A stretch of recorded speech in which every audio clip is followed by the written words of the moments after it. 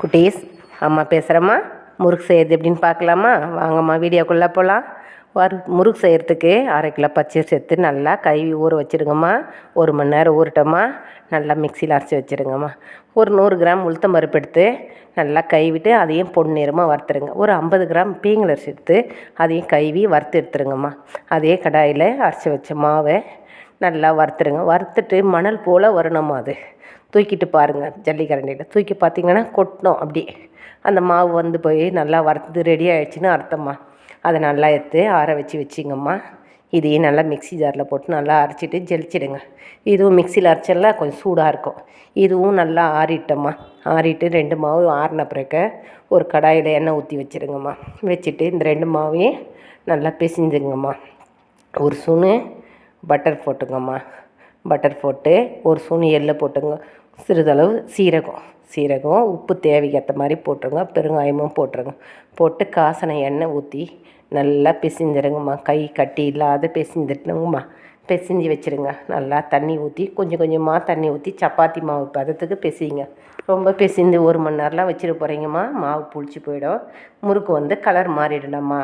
பிசைந்துட்டு ஒரு 5 நிமிஷம் மட்டும் அப்படி கொஞ்ச நேரம் வச்சுருங்க. வச்சுட்டு உங்களுக்கு பிடிக்கிற அச்சில் எந்த அச்சி பிடிக்குதாலும் அந்த அச்சில் மாவு பிசைஞ்சிங்கம்மா. முறுக்கு எனக்கு என்னென்ன மாடல் வேணுமோ உங்களுக்கு பிசைங்க. நாங்கள் இந்த 2 மாடலையும் பிசைஞ்சிருக்கிறேன். ஸ்டார் அச்சிலையும் பிசைஞ்சிருக்கிறேன். மாமூலாக பேர முறுக்கையும் பிஞ்சிருக்கிறேம்மா. இந்த மாவு எல்லாமே நல்லா பதமாக பண்ணிட்டீங்கன்னா முறுக்கு வள்ளையாக நல்லா மொறுன்னு சூப்பராக நல்லா இருக்குண்டம்மா. இது குழந்தைங்களுக்கு செஞ்சு கொடுத்து பாருங்கடம்மா. குழந்தைங்களுக்கு ரொம்ப ரொம்ப பிடிக்குமா இது.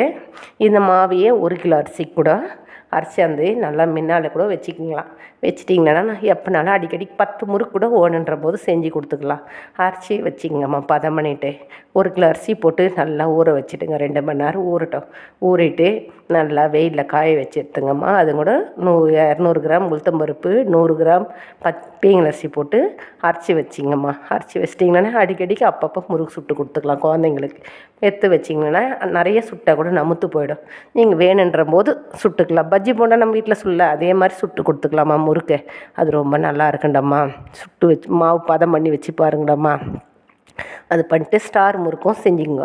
ஸ்டார் முறுக்கு சீமந்தம் பண்ணால் நிச்சயதார்த்தம் பண்ணால் அதுக்கெல்லாம் வச்சா ஒரு தட்டில் வைக்கும்போது வருஷம் வைக்கிறதுக்கு ரொம்ப ரொம்ப அழகாக நல்லா இருக்குமா.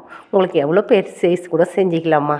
எங்களுக்கு இந்த மாதிரி செஞ்சு பார்ப்போம். எங்களுக்கு பிடிக்கும். அது மாதிரி நானும் செஞ்சுருக்கிறேம்மா. அது மாதிரி செஞ்சு பாருங்கள். ஸ்டார் அச்சில் குட்டி பசங்களுக்கும் செஞ்சு கொடுங்கம்மா. இது செஞ்சு கொடுத்தா பசங்களுக்கு ரொம்ப பிடிக்குமா. இது தாண்டம்மா அம்மாவோட டிப்ஸு.